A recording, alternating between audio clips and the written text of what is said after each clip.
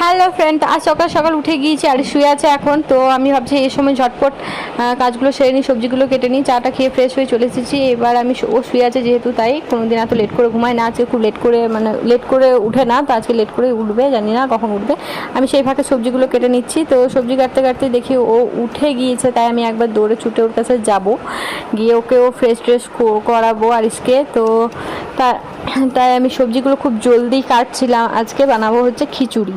তো খিচুড়ির জন্য অনেক সবজি লাগে, আমি বিভিন্ন ধরনের সবজি দিয়ে কিন্তু বানাই, এমনি শুধু খেতে আমার ভালো লাগে না, তাই আমি অনেকগুলো সবজি নিয়ে নিয়েছি। এবার ততক্ষণে আরিস উঠে পড়েছে। এবার আরিসের কাছে গেলাম, ও দেখি যে ঘুম থেকে উঠেই দেখেন কি বলছে, পাপা কই, পাপাকে দেখতে পাইনি, তাই পাপা কই, আম খাবো, উঠে উঠে আম খাবো, একটা জিদ লাগিয়েছে যে আম খাবো।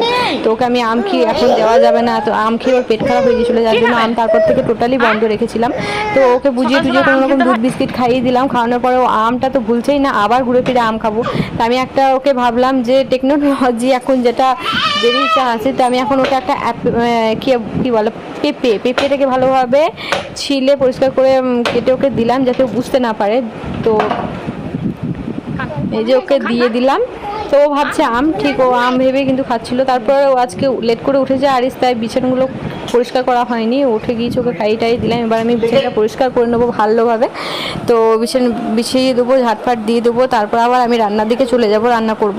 সবজিগুলো এখন আপাতত কেটে রাখা হয়েছে, তো বিছানাটা ভালোভাবে পরিষ্কার করে নিচ্ছি। আর এখানে একটা জানলা রয়েছে পেছন দিকে, ওই জানলাটাতেই কিন্তু আরিস সারাদিন বসে থাকে, ওখানে ও সময় পার করে। ওইদিকে একটা এই যে এখানে বসে থাকে ও, ওইদিকে দেখে কে যাচ্ছে কে আসছে। তো খিচুড়ি অলরেডি আমার ডান। তো আমি এবার চান টান করে নিয়েছি, এবার আমি খাবো, খিদে পেয়ে গিয়েছে। তোমাদের দাদাভাই এখনো আসেনি, কখন আসবে আমি জানি না। তো আর অপেক্ষা করতে পারলো না, এবার ততক্ষণে চলে এসেছে, খাওয়া দাওয়া হয়ে গেছে, প্রায় 3:30টার দিকেও চলে এসেছে। দরজা খুলে দিলাম, ও এসেছে। এবার আরিশও উঠে গিয়েছে, ও গাড়ি আসবে উঠে যায়। এবার পাঁপড় এনেছে, ওর জন্য ওকে একটা পাঁপড় দিয়ে দিলাম। আর মিষ্টি নিয়ে এসেছিলো, সাদা মিষ্টি এনেছিলো, সাদা মিষ্টি ছিল আরিশের জন্য, আর বাকি মিষ্টিগুলো ও খায়, আরিশও খায়, আমরাও খাই। তো মিষ্টিগুলো আমি সব সাজিয়ে গুছিয়ে রেখে দেবো ফ্রিজের ভেতরে।